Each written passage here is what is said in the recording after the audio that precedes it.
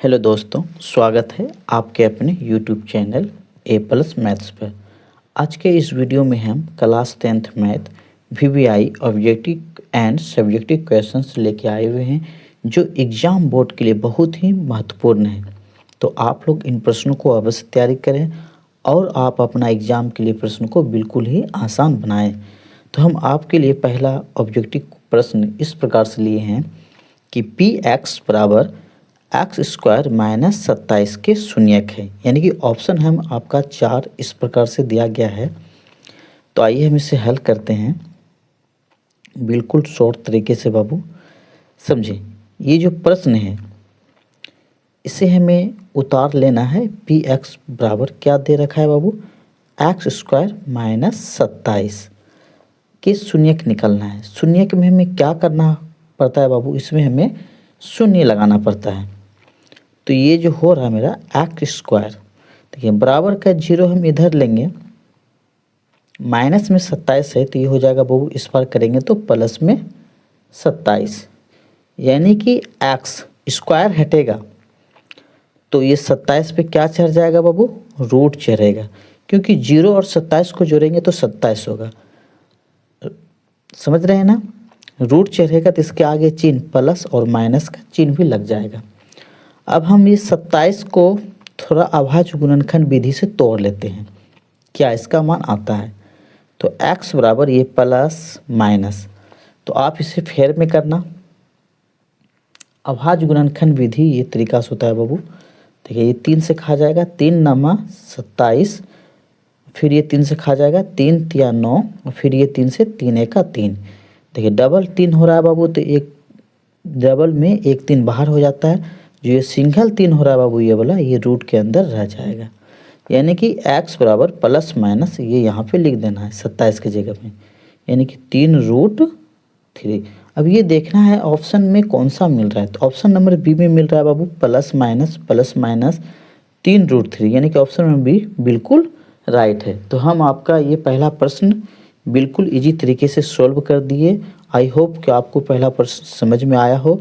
अब हम नेक्स्ट प्रश्न की ओर चलते हैं बाबू। दो क्रमिक सम संख्याओं का एचसीएफ मोसो क्या होगा, यानी कि ऑप्शन आपका इस प्रकार से दिया गया है बाबू। बिल्कुल ही लाजवाब सवाल है, देखें। तो हमें सबसे पहले इसमें करना क्या होगा, दो क्रमिक सम संख्या, पहले सम संख्या लिख देना होगा।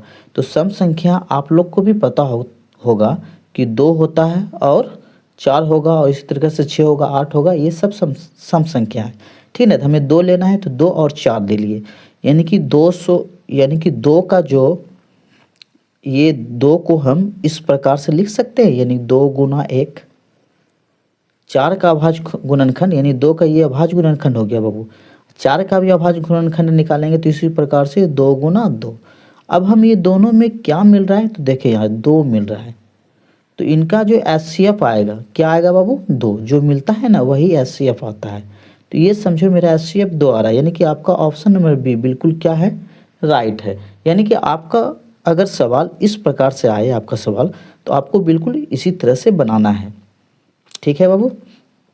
तो अब हम नेक्स्ट प्रश्न की ओर चलते हैं। अगला प्रश्न इस प्रकार से है बाबू। प्रश्न में दिया है दो चरों एक्स वाई में रैखिक समीकरण a x plus b y minus c बराबर 0 के कितने हल संभव है। इस प्रकार से ये प्रश्न आया हुआ है। आपके पास भी अगर ऐसा प्रश्न आए तो आप बिल्कुल डरे नहीं, बिल्कुल शॉर्ट तरीके से बनाएं। तो मेरा ऑप्शन इसमें दिया है बाबू 1, बी में दिया है 2, सी में दिया है अनगिनत, और डी में दिया है इनमें कोई नहीं।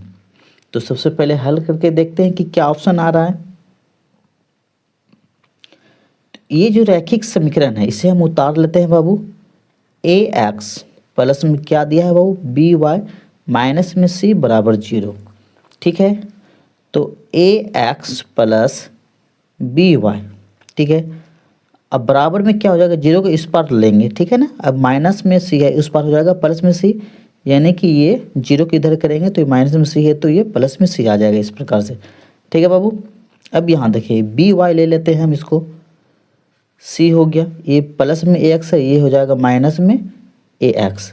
और y बराबर करेंगे तो c माइनस ए एक्स बटे ये y का जो गुणांक है b ये नीचे आ जाएगा। अब हम यहाँ पे मान रख लेते हैं, x का मान अपने तरफ से रखेंगे तो हम मान लेते हैं x बराबर 0, ठीक है ना। तो ये समीकरण जो y बराबर क्या दिया है, y बराबर c माइनस ए, एक्स बराबर क्या माने बाबू हम 0, तो यानी कि x के जगह में हमें 0 लिखना है इस प्रकार से, बटे ये b बराबर c माइनस ए को 0 से करेंगे मल्टीफाई तो क्या होता है बाबू 0, बटे ये b हो जाएगा। c में 0 घटाएंगे तो c बटे b, एक ही निकल गया। अब हम x बराबर 1 मान लेते हैं, ठीक है। तो y बराबर ये चीज़ को पहले हमको उतारना होगा, इस चीज़ को, ठीक है ना। तो c माइनस ए, एक्स के जगह में देखो यहाँ a डाले, x के जगह में हमने क्या मान लिए 1 बटे ये b बराबर ये हो जाएगा c माइनस a गुना 1 करेंगे तो क्या होगा a होगा, अब बटे ये b, ये भी निकल गया। इसी तरह x बराबर आप 2 मानेंगे फिर ये मान निकलते जाएंगे, यानी कि इनका मान बहुत सारा निकलते जाएंगे। तो इससे हमें ये साबित होता है कि इसका ऑप्शन नंबर सी यानी कि अनगिनत, इसका क्या मान निकल के आएंगे अनगिनत, यानी कि इसके अनगिनत हल होंगे, ठीक है बाबू। इस प्रकार से प्रश्न आए तो आप इसमें अनगिनत में टिक लगाएं। तो ये प्रश्न भी हम बिल्कुल सोल्व कर दिए। आई होप कि आपको ये भी प्रश्न बिल्कुल समझ में आ गए होंगे। तो अब हम नेक्स्ट प्रश्न की ओर चलते हैं बाबू। तो अगला प्रश्न आपका इस प्रकार से है, x square minus 3x plus 2 बराबर 0 का एक मूल है, यानी कि इसका ऑप्शन इस प्रकार से दिया हुआ है, हमें इसका सिर्फ एक ही मूल निकालना है, ठीक है बाबू। तो देखें ये जो समीकरण है इसे पहले हम उतार लेते हैं, यानी कि एक्स स्क्वायर माइनस में 3x प्लस में 2 इक्वल टू क्या दिया है बाबू 0। तो ये सवाल हमको देखने में लग रहा है गुणनखंड टाइप का, तो हम इसे गुणनखंड टाइप का बना लेते हैं। तो गुणनखंड टाइप का कैसे बनाएं, तो हमें ये तरीका भी जानना होगा। शुरू वाले और लास्ट वाले को आपस में गुना कर लेते हैं, यानी कि 2 को एक्स स्क्वायर से गुना करेंगे तो 2x स्क्वायर होगा। आप ये फेर में करें बाबू तो बेहतर अच्छा होगा। अब हमें पुराना है माइनस में 3x जोड़ने घटाने पे, ये ध्यान रहे।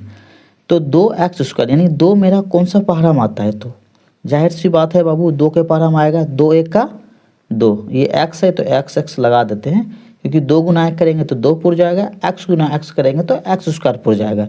अब हमें माइनस में 3x पुराना है तो दोनों संख्या में हमें क्या लगाना होगा माइनस में। दोनों संख्या में जब माइनस लगाएंगे तो माइनस का चिन्ह उतर जाता है बाबू, और 2x और 1x कितना हो गया 3x, ये दोनों जुड़ जाएगा इस प्रकार से। यानी कि हमें माइनस में 3x के जगह पे ये वाला चीज़ लिखना है यहाँ पे, समझ रहे हैं।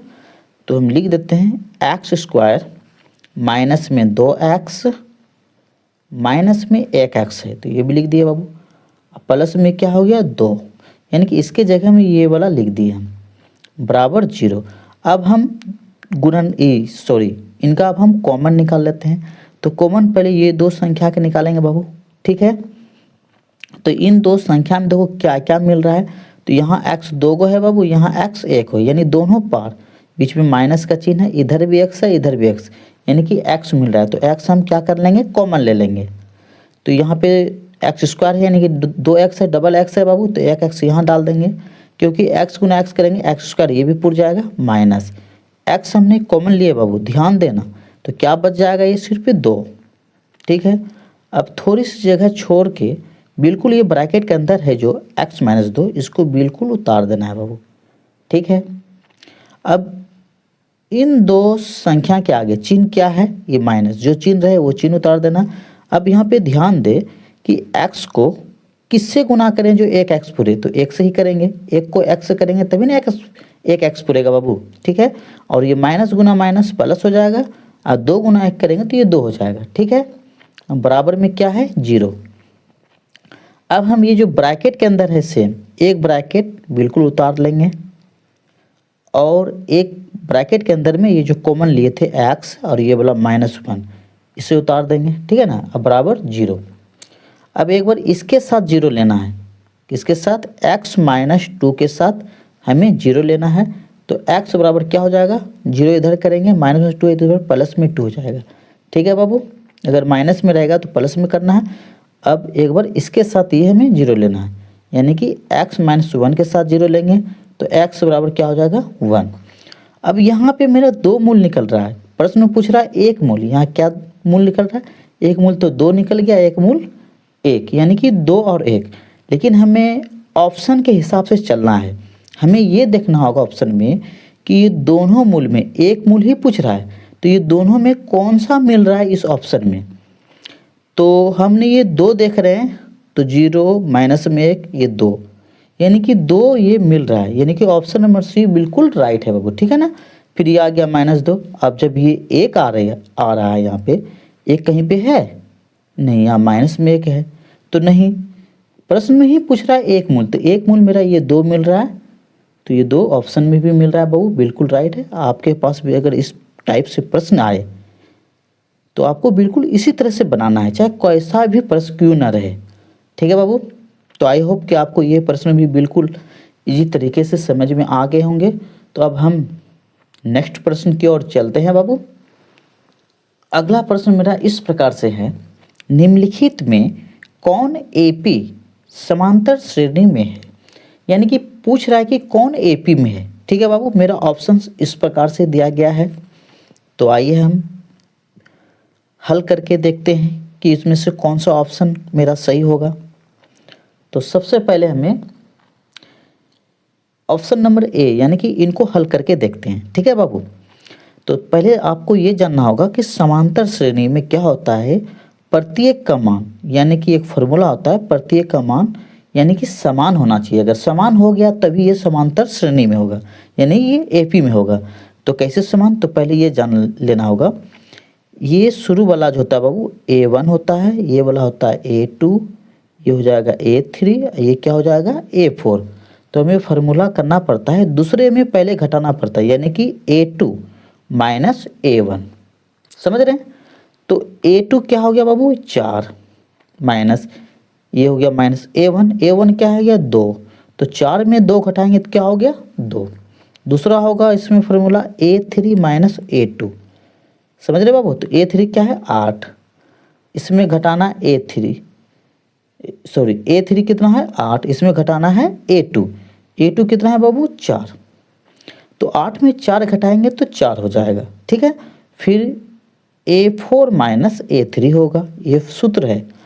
तो A4 क्या होता है बाबू 16 माइनस A3 क्या है मेरा 8, तो 16 में 8 गया 8। अब देखो, अब आपको ये देखना होगा, देखें कि ये तीनों समान है, नहीं समान है बाबू, 2 है 4 है 8 है, समान नहीं है, अलग अलग है, तो ये गलत हो जाएगा। ऑप्शन नंबर 1 क्या है, बिल्कुल ये गलत है बाबू। तो ऑप्शन नंबर बी आप ट्राई करते हैं। तो इसमें भी इसी तरह इसे A1 मानना है, ये वाला को क्या मानना है बाबू A2 A3 A4, ठीक है। तो वही फार्मूला लगाना है A2 माइनस A1। तो A2 क्या है बाबू 3 है माइनस A1 क्या है 1, तो 3 में 1 घटेगा क्या बचेगा बाबू 2।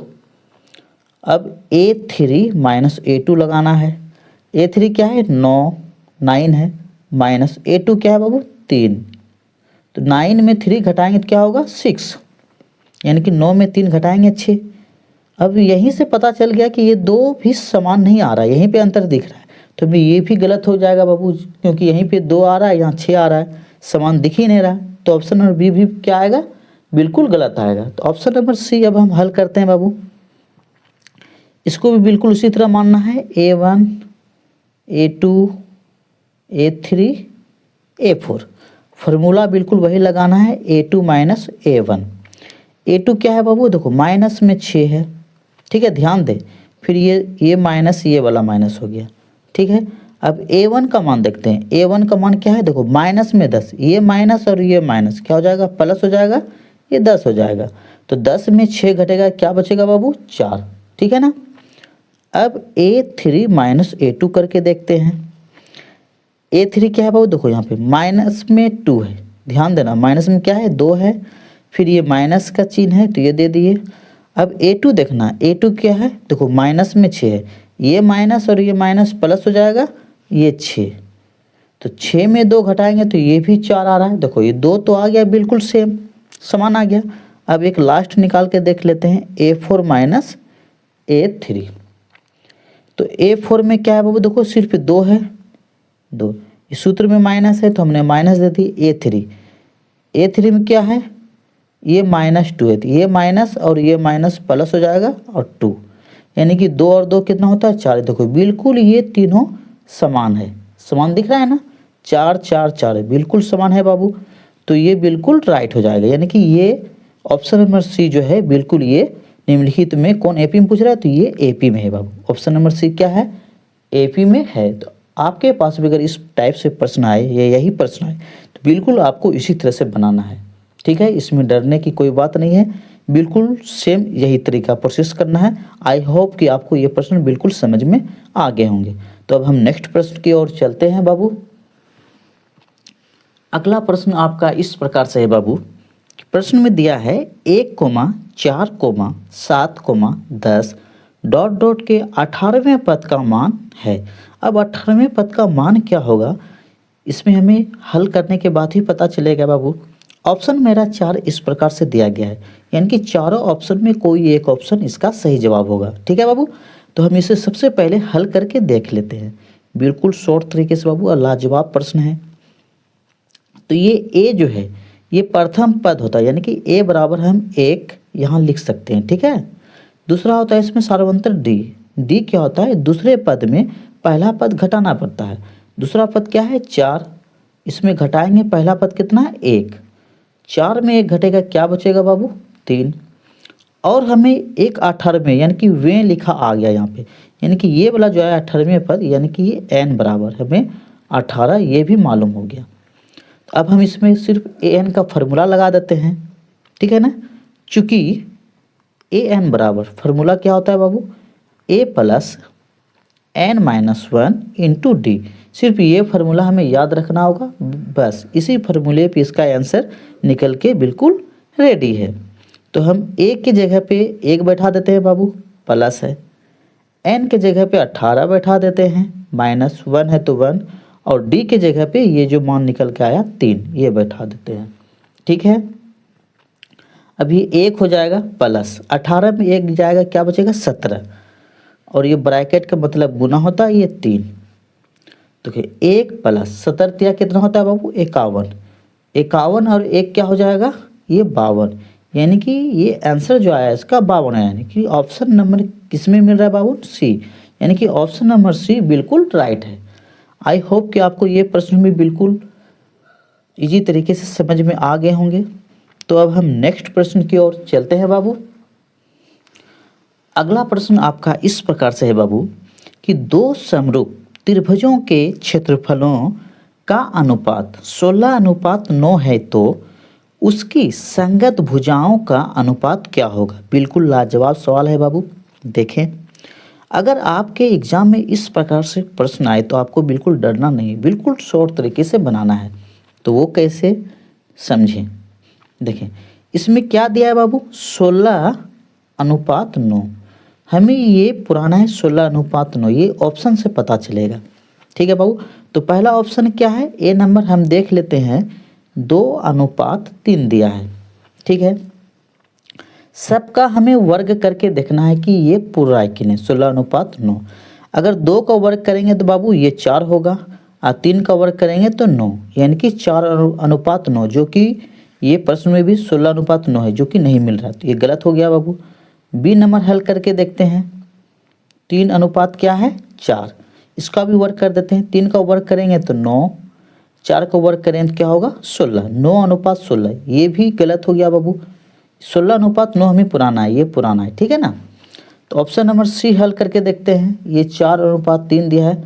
सिर्फ इस ऐसा सवाल में सिर्फ आपको वर्ग करना है, 4 का वर्ग करेंगे क्या होगा 16, 3 का वर्ग करेंगे तो 9, यानी कि 16:9 ये बिल्कुल मिल रहा है बाबू, मिल रहा है ना। तो आपका ऑप्शन नंबर सी बिल्कुल क्या हो गया राइट है। देखने में लग रहा है सवाल बहुत बड़ा, लेकिन इसका आंसर क्या है बिल्कुल कुछ ही सेकेंडों का।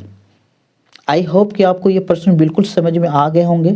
तो वह अब हम नेक्स्ट प्रश्न की ओर चलते हैं। अगला प्रश्न आपका इस प्रकार से बाबू कि 2 समरूप त्रिभुजों की भुजाएं 4:9 के अनुपात में है, इन त्रिभुजों के क्षेत्रफल का अनुपात निकालना है। बिल्कुल प्रश्न 7 के जैसा प्रश्न 8 है। प्रश्न 7 में कह रहा था संगत भुजाओं का अनुपात, और प्रश्न में 8 में दिया है त्रिभुजों के क्षेत्रफलों का अनुपात। बस इतना सा फर्क है बाबू, ठीक है ना। तो हमें बिल्कुल ये भी शॉर्ट तरीके से बनाना है। आपके पास अगर इस प्रकार से भी प्रश्न आए तो आपको इसमें डरने की कोई बात नहीं, बिल्कुल शॉर्ट तरीके से बाबू। इसमें क्या करना है, सिर्फ इसका जो प्रश्न में दिया है 4:9, समझ रहे हो ना। प्रश्न में क्या दिया है बाबू, 4:9, सिर्फ इसका वर्ग करना है कि ऑप्शन में कौन सा मिल रहा है। तो 4 का वर्ग कितना होता है 16, और 9 का वर्ग 81, यानी कि बस इसको देखना है ऑप्शन में, बस इस दोनों का इसमें भी वर्ग करना है। अब इस बिल्कुल जो इसका आया वर्ग करके उसे बस ऑप्शन में मिलाना है। तो ऑप्शन में देखो 16:81, 16:81 ऑप्शन नंबर डी, बिल्कुल आपका ऑप्शन नंबर डी बिल्कुल राइट है। आपको इस प्रकार से सवाल आए तो डरे नहीं, बिल्कुल शॉर्ट तरीके से ही बनता है बाबू ये, ठीक है। आई होप कि आपको प्रश्न 8 भी बिल्कुल समझ में आ गए होंगे। तो अब हम प्रश्न नेक्स्ट की ओर यानी कि नेक्स्ट की ओर बढ़ते हैं बाबू। आपका अगला प्रश्न हम इस प्रकार से लिए हैं बाबू, बिंदुओं P का मान दिया है 0,0 और Q का मान दिया है -3, -4 के बीच की दूरी है। यानी कि ऑप्शन मेरा इस प्रकार से दिया है, इसी में से बीच की दूरी कोई ना कोई सा ऑप्शन जरूर निकल के आ जाएंगे। तो आइए हम इसे हल करते हैं बाबू, बिल्कुल ही लाजवाब सवाल है, समझे। पी क्यू की दूरी, यानी कि हमें पी क्यू बराबर करना है। तो दूरी कैसे निकालना है बाबू, तो ये फार्मूला होता है दूरी बाबू, सूत्र होता है, समझे, x2 - x1 का स्क्वायर प्लस y2 - y1 का स्क्वायर होता है, ठीक है। ये रूट है तो रूट, अब देखिए x2 क्या होगा, ये पहला वाला x1 होता है, ये y1 होता है, ये x2 होता है, ये y2 होता है। बस इस पे मान बैठा दे। x2 -3 हमने -3 ले लिए, फिर इस सूत्र में माइनस है तो -x1, x1 का मान क्या है 0। अब इसका स्क्वायर करेंगे बाबू प्लस y2 क्या है -4, फिर माइनस सूत्र में y1 का मान है 0, स्क्वायर है तो स्क्वायर कर लेंगे, रूट। देखिए -3 में -0, ये दोनों माइनस में जोड़ेंगे तो सिर्फ ये -3 ही होगा बाबू, ठीक है ना। इसका वर्ग प्लस -4 में -0, दोनों में माइनस है तो ये भी जुड़ेगा लेकिन -4 ही उतरेगा, ठीक है ना। इसका वर्ग, समझ रहे हैं, -3 का वर्ग 9 हो जाएगा बाबू, प्लस में प्लस -4 का वर्ग क्या हो जाएगा 16, ये भी प्लस में हो जाएगा। कैसे, तो ये देखें -3 का वर्ग है बाबू, ये है ना, इसको 2 बार लिखेंगे, -3 गुना -3, माइनस और माइनस क्या हो जाता है प्लस, 3 तिया 9, वही 9 लिखे प्लस में, ये भी प्लस में 16। तो 16 9 कितना होता है बाबू, √25। 25 का वर्गमूल कितना होता है 5, 5 होता है ना 25 का वर्गमूल। तो 5 हमें देखना है कौन सा मिल रहा है। तो ऑप्शन नंबर डी में 5 इकाई, यानी कि ऑप्शन नंबर डी इनका बिल्कुल राइट है। आपके पास भी अगर ऐसा प्रश्न आए तो बिल्कुल आपको इसी तरीके से बनाना है, ठीक है बाबू। आई होप कि आपको ये भी प्रश्न बिल्कुल समझ में आ गए होंगे। अब ऑब्जेक्टिव क्वेश्चंस का लास्ट हमने 10 तक ऑब्जेक्टिव 10 क्वेश्चन बस लिए इसमें, बाकी आप सब्जेक्टिव क्वेश्चंस लिए हैं, ठीक है बाबू। तो प्रश्न 10 की ओर चलते हैं बाबू। ऑब्जेक्टिव क्वेश्चंस का लास्ट नंबर यानी 10 नंबर सवाल है बाबू। इसमें यदि साइन ए बराबर 3/5 हो तो tan a का मान होगा, यानी कि इसमें हमें tan a का मान निकालना है और मेरा ऑप्शंस इस प्रकार से दिया गया है। तो बिल्कुल ये भी लाजवाब सवाल है बाबू। देखिए हमें सबसे पहले प्रश्न में क्या दिया है, साइन ए बराबर कितना दिया है 3/5, इसे लिख देते हैं बाबू। देखिए साइन ए बराबर क्या है 3/5। अब हमें ये जानना है कि साइन का सूत्र क्या होता है। तो आपको एक ट्रिक याद होगा, ला आ ला का आ, ठीक है ना। यहाँ साइन बैठा देना बाबू, ये कॉस हो जाएगा, ये क्या हो जाएगा टेन, टेन का उल्टा क्या होता है कॉट, कॉस का सेक और साइन का कॉसेक, ठीक है। बटा लगा देना है, ये रफ में करना, ठीक है ना बाबू, रफ में ये फार्मूला का ट्रिक है, ठीक है ना। तो हमें साइन थीटा का सूत्र क्या होता है, देखो लंब बटे कर्ण, यानी कि इसके जगह पे हम लिख सकते हैं लंब बटे कर्ण। ठीक है, तो हमें लंब पता है बाबू 3, कर्ण पता है क्या है 5। तो हमें इसका अगला क्या होगा, लंब कर्ण, और अगला भुजा क्या होता है आधार। आधार निकालने के लिए हमें एक फॉर्मूला लगाना पड़ता है बाबू। ठीक है ना, आप चाहे तो पाइथागोरस प्रमेय से बनाएं या सिर्फ आधार बराबर बनाएं, तो दो तरीका निकला जाता है। ठीक है ना, निकाले जाते हैं दो तरीके। तो हम पाइथागोरस प्रमेय के तरीके से निकालते हैं बाबू। तो पाइथागोरस प्रमेय में फॉर्मूला होता है बाबू, समझे, कर्ण का स्क्वायर बराबर। ठीक है ना, कर्ण का स्क्वायर बराबर क्या होता है, लंब का स्क्वायर और जोड़ आधार का स्क्वायर होता है। ठीक है, तो कर्ण हमें दे रखा है 5, यानी कि 5 का स्क्वायर करेंगे तो क्या होगा 25। ठीक है, लंब लंब कितना है 3, 3 का स्क्वायर करेंगे तो 9, प्लस हमें आधार दिया नहीं तो आधार हमें निकालना होगा। ठीक है, ये 25 हो गया बाबू, प्लस में 9 ये माइनस में 9 हो जाएगा, माइनस में 9 आ जाएगा, तो बराबर में क्या बचेगा, सिर्फ आधार का स्क्वायर, यही बचेगा। ठीक है ना, अब स्क्वायर हटाते हैं तो इसमें रूट चढ़ जाता है, 25 में 9 घटाएंगे कितना होगा 16, और यहाँ क्या बच जाएगा सिर्फ आधार। ठीक है, स्क्वायर हटाए तो इस पर रूट चढ़ गया। 16 का जो वर्गमूल होता है क्या होता है बाबू, 4 होता है, यानी कि आधार। आधार बराबर ये क्या निकल गया 4। ठीक है ना, अब हमें निकालना है 10a का मान। तो 10a बराबर 10 का सूत्र क्या होता है यहाँ समझे, लंब बटे आधार। बिल्कुल ईजी है बाबू, लंब बटे आधार।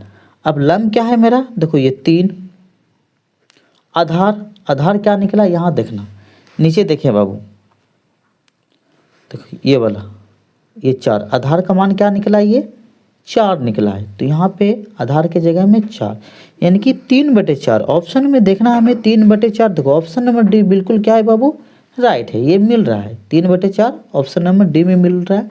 तो आपके पास भी अगर ऐसा प्रश्न आए तो बिल्कुल आपको इस तरह से बनाना है। ठीक है ना, और दूसरा तरीका एक आधार बराबर कैसे होता है वो भी देखें, वो भी एक शॉर्ट तरीका होता है। दूसरा तरीका ये होता है, यहाँ से समझे, ये पहला तरीका हुआ था। दूसरा तरीका अगर निकालेंगे, हमें क्या दे रखा है यहाँ पे समझे, साइन a बराबर 3/5। ठीक है ना, ये हमें लंब बटे कर्ण दे रखा है ना।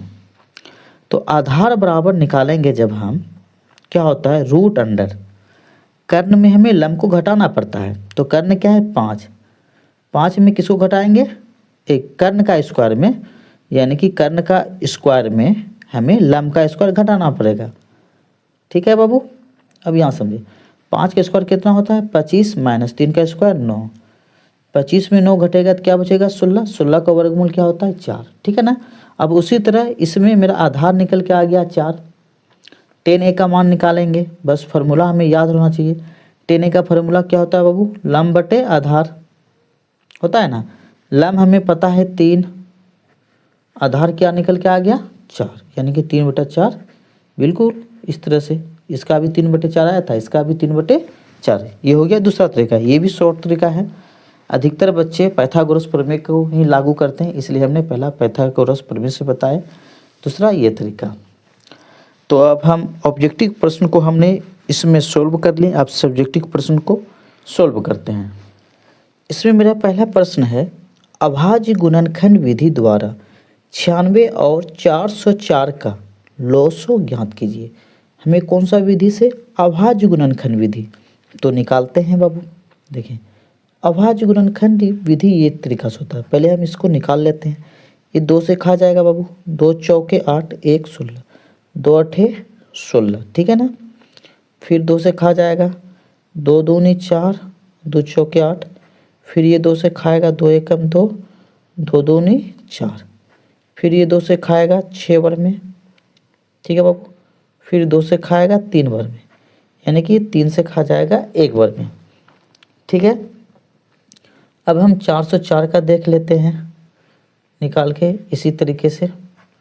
ये भी 2 से खाएगा बाबू, 2 दूनी 4, 0, 2 दूनी 4, फिर ये 2 से खाएंगे, 2 एकम 2, 0, फिर 2 एकम 2। ठीक है, अब ये नहीं खाएगा, सीधा 101 से ही खाएगा, ये 101 को एक बार में खिलाएंगे तो ये आ जाएगा 101, ठीक है ना। अब हमें लिखना होगा यहाँ पे 96। हमने 96 का क्या लिखेंगे, ये पूरे लिख देना है, यानी कि 2 गुना 2 यानी कि 2 कितनी बार है, 1 2 3 4 5 बार, 2 3 4 5 और 1 3 है बाबू। और 404 का यानी कि इसका क्या आया, 2 गुना 101, 2 गुना 101, ठीक है। अब इसमें सबसे पहले मिलान कर देते हैं। देखो ये मिला और ये मिला, इसके साथ ये भी मिल गया, ठीक है ना। सिर्फ यहाँ पे 2 को 2, 1 2 यहाँ 1 यहाँ, नीचे भी 2 को 2 मिल रहा है, बाकी ये सब नहीं मिल रहा है। तो हमें जब इसका लॉसो निकालते हैं, यानी कि 96 और 404 का जो लॉसो निकालेंगे, 96 और 404 का लॉसो बराबर क्या होगा बाबू, ये जो मिला ये आपका ये वाला 2 मिला पहले, इसमें से 1 2 लेना है, ठीक है बाबू। फिर गुना ये जो मिला इसमें से सिर्फ 1 2 लेना है, आपको समझ रहे हैं ना। बाकी जो नहीं मिला वो सारे लिख देना है, ये नहीं मिला तो ये वाला सारे उतार देना है। 2 गुना 3 और गुना नीचे क्या है 101। अब इसे हम गुना कर लेते हैं बाबू। 2 दूना 4, 4 दूना 8, 8 दूना 16, 16 दूना 32, 32 गुना 3 करेंगे तो कर लेते हैं 32 गुना 3, 3 दूना 6, 3 3 9 96, यानी कि 96 गुना 101 कर लेते हैं। तो 101 को हमने 96 से गुना कर लेते हैं, ये वाला फेयर में करें आप, ठीक है।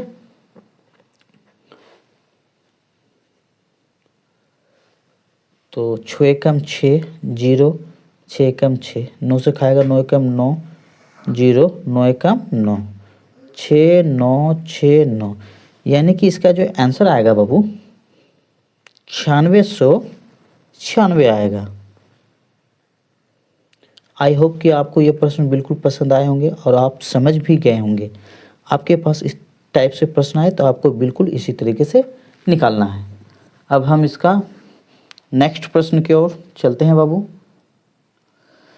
प्रश्न 2 मेरा इस प्रकार से है बाबू, एक द्विघात बहुपद ज्ञात कीजिए जिसके शून्यकों का योग तथा गुणनफल क्रमशः 1 और 1 है।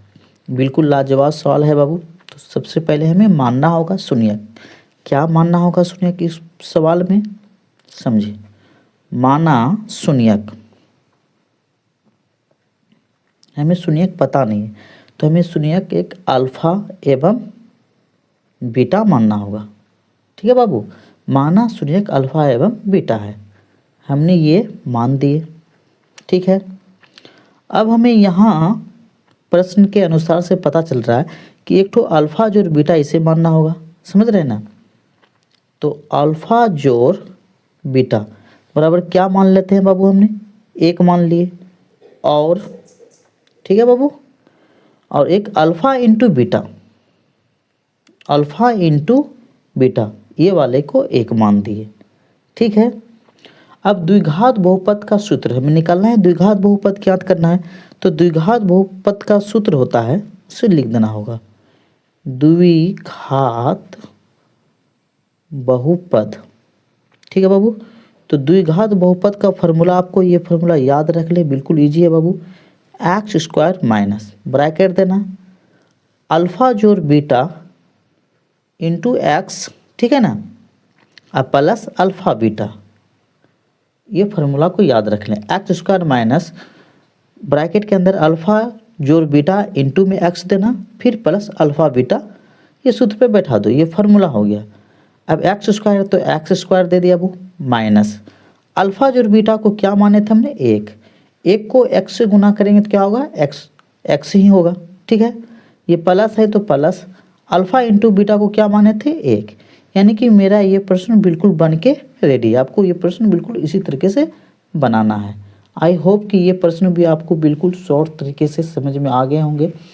हम चाहते हैं कि जितना शॉर्ट से शॉर्ट तरीका हो बच्चे को बताने का, कि बच्चे इस प्रश्न को बिल्कुल आसानी से समझ में आए, ताकि उसे एग्जाम में कोई दिक्कत ना हो।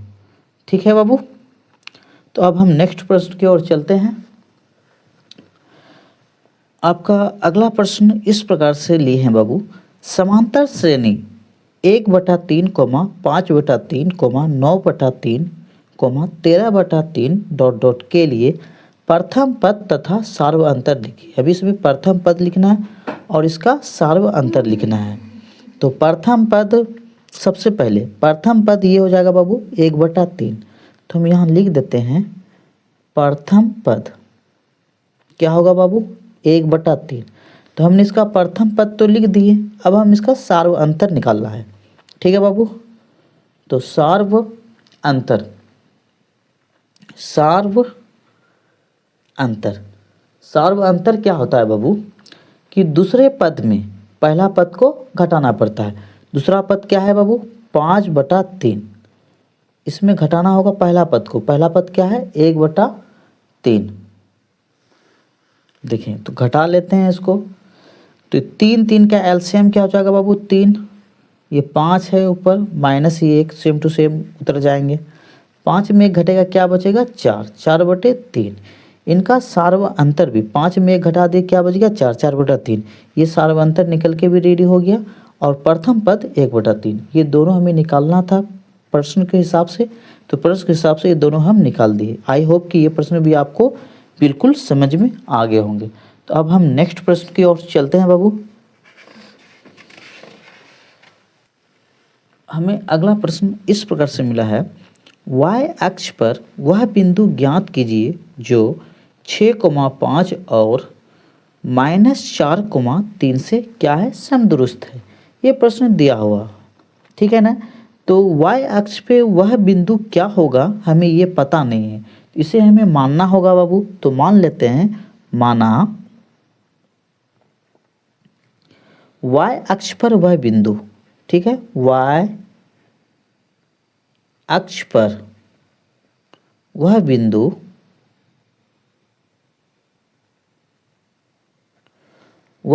हम मान लेते हैं p का मान 0,y है।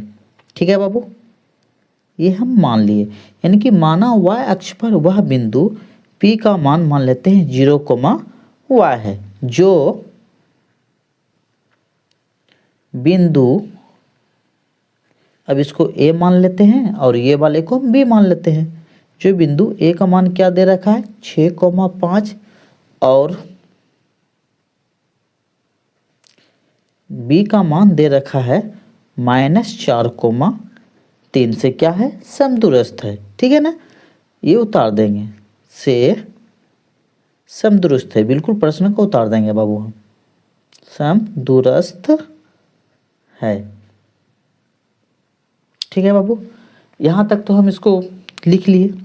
आगे हमें दूरी का सूत्र लगाना है। p के साथ a लेना है एक बार, और p के साथ b लेना है, यानी कि इस प्रकार से, इसलिए p के साथ क्या लेना है, p के साथ a अब बराबर हो जाएगा p के साथ b।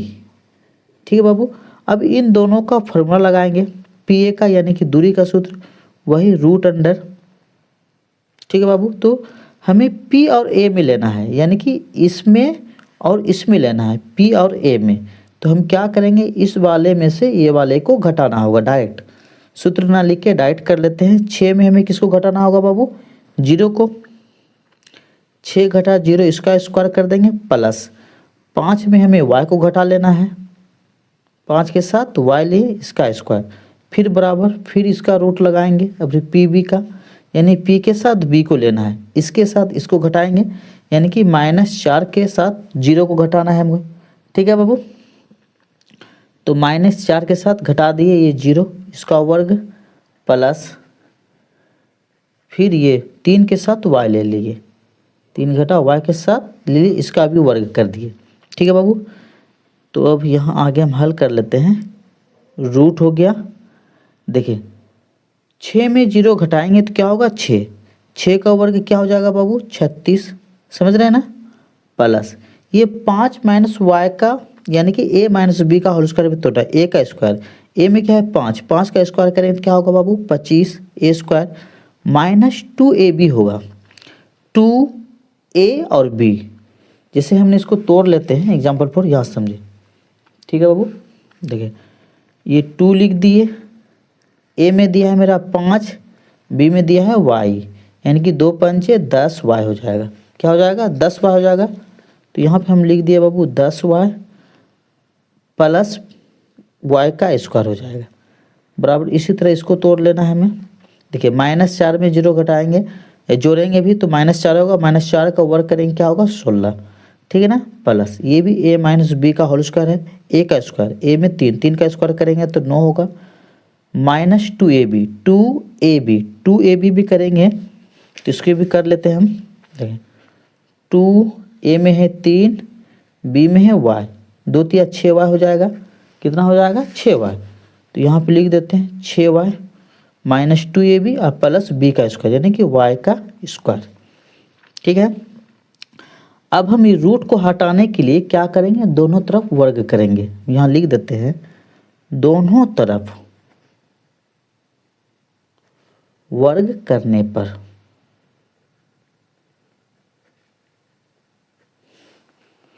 दोनों तरफ इसको वर्ग कर लेते हैं बाबू।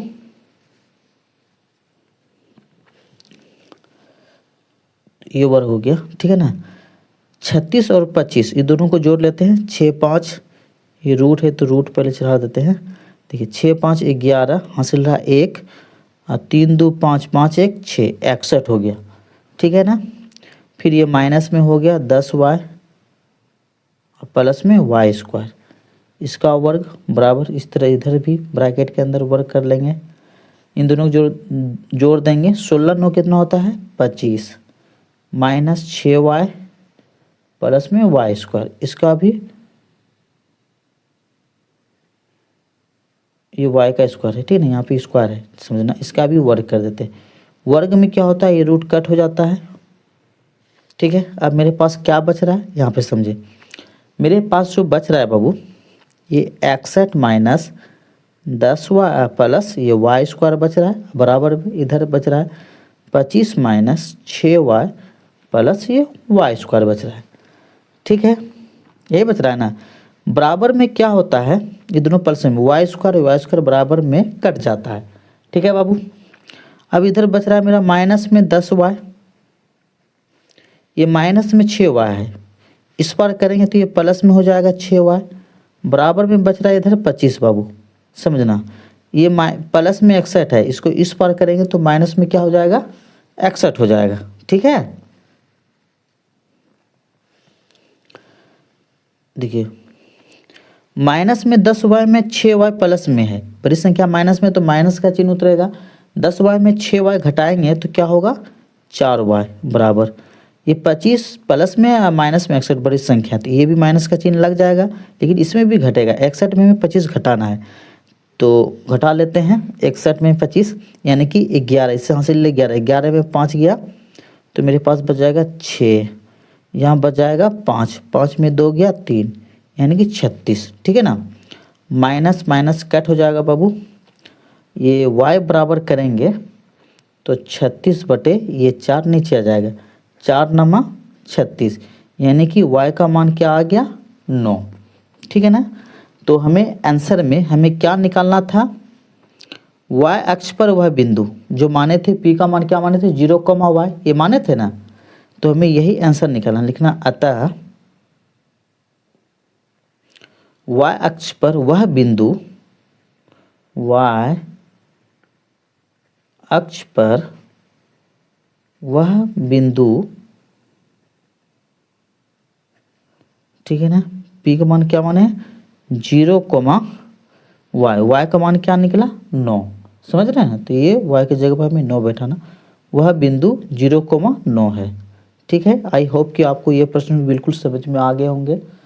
तो अब हम पार्ट 1 में इतना ही प्रश्न को रहने दे रहे हैं। पार्ट 2 में फिर इनका जो बचा हुआ प्रश्न है उनको पार्ट 2 में हम सॉल्व करेंगे।